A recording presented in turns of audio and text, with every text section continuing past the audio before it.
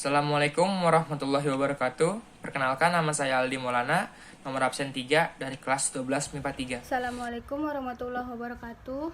Perkenalkan, saya Amalia Damayanti Husaini, absen 04 dari kelas 12 MIPA 3. Assalamualaikum warahmatullahi wabarakatuh. Perkenalkan, nama saya Abiul Muhammad dari kelas 12 MIPA 3, absen 1. Assalamualaikum warahmatullahi wabarakatuh. Nama saya Andiana Laras Palupi, nomor absen 05 dari kelas 12 MIPA 3.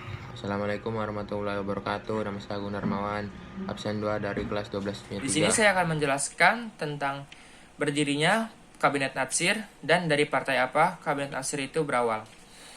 Kabinet pertama yang dibentuk setelah pembubaran Negara Republik Indonesia Serikat atau yang disingkat dengan RIS adalah Kabinet Natsir, yang memerintah dari tanggal 6 September 1950 sampai dengan tanggal 20 Maret 1951. Kabinet Natsir sendiri adalah kabinet yang berkoalisi dengan berintikan partai Masyumi. Akan tetapi, PNI tidak mendapatkan kedudukan dalam kabinet ini. Kebanyakan dari kabinet ini adalah orang-orang dari partai Masyumi, walaupun di dalam menterinya terdapat orang-orang non-partai. Nah, impian dari Kabinet Natsir sendiri adalah kabinet yang dipimpinnya bersifat nasionalisme dengan koalisi yang dari berbagai partai. Di sini saya akan menjelaskan program-program dari Kabinet Natsir. Program-program yang saya akan jelaskan itu ada 10 program.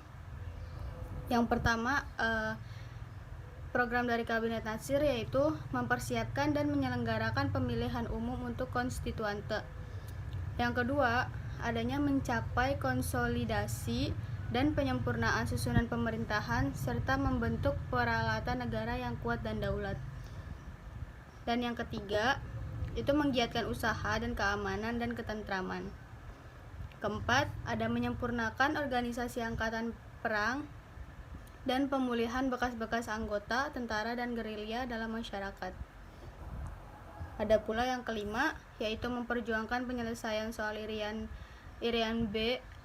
Barat secepatnya. Yang keenam, itu ada mengembangkan dan memperkokoh kesatuan ekonomi rakyat sebagai dasar bagi pelaksanaan ekonomi nasional yang sehat. Lalu yang ketujuh, itu ada membantu pembangunan perumahan rakyat serta memperluas usaha-usaha meninggikan derajat kesehatan dan kecerdasan rakyat.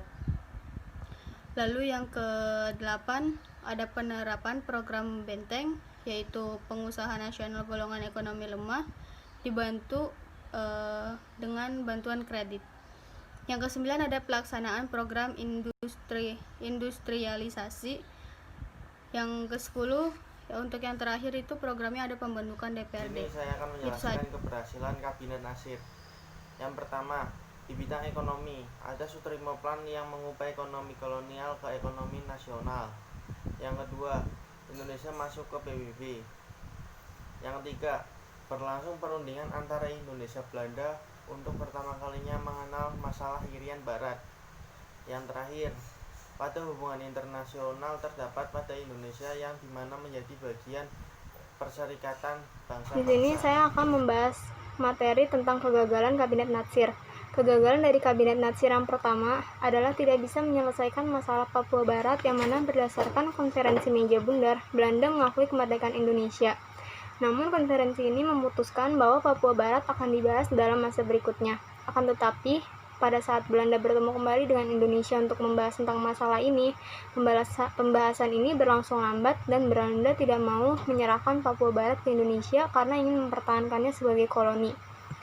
Lalu penyebab kegagalan Kabinet Natsir yang kedua adalah dikeluarkannya Peraturan Pemerintah atau PP nomor 39 tahun 1950 tentang pembentukan DPRD yang mana peraturan ini dianggap menguntungkan Partai Di sini Masyumi. saya akan menjelaskan materi berakhirnya Kabinet Natsir. Faktor utama jatuhnya Kabinet Natsir adalah persoalan Papua Barat. Berdasarkan konferensi meja bundar, Belanda mengakui kemerdekaan Indonesia, namun konferensi ini memutuskan bahwa Papua Barat akan dibahas dalam masa berikutnya. Untuk itu pada 4-27 Desember 1950, Belanda dan Indonesia bertemu kembali di Den Haag untuk membahas masalah Papua Barat. Pembahasan ini berlangsung lambat dan Belanda tidak ingin menyerahkan Papua Barat ke Indonesia karena ingin mempertahankannya sebagai koloni. Karena Papua Barat masih dikuasai Belanda dan perundingan ini gagal, maka Kabinet Natsir kehilangan kepercayaan dari partai politik di DPRS atau Dewan Perwakilan Rakyat sementara. Selain itu, anggota parlemen di DPRS dari partai selain Mas Jumi juga memboikot Kabinet Natsir karena khawatir bahwa kabinet yang dipimpin oleh Natsir yang dari Mas Jumi ini akan meningkatkan kekuasaan Mas Jumi sehingga tidak bisa menyelenggarakan sidang dan mengambil keputusan penting. Karena permasalahan ini, pemerintah tidak dapat bekerja efektif sehingga Muhammad Natsir mengembalikan kembali mandatnya kepada Presiden Soekarno dan mengundurkan diri sebagai Perdana Menteri. Sekian.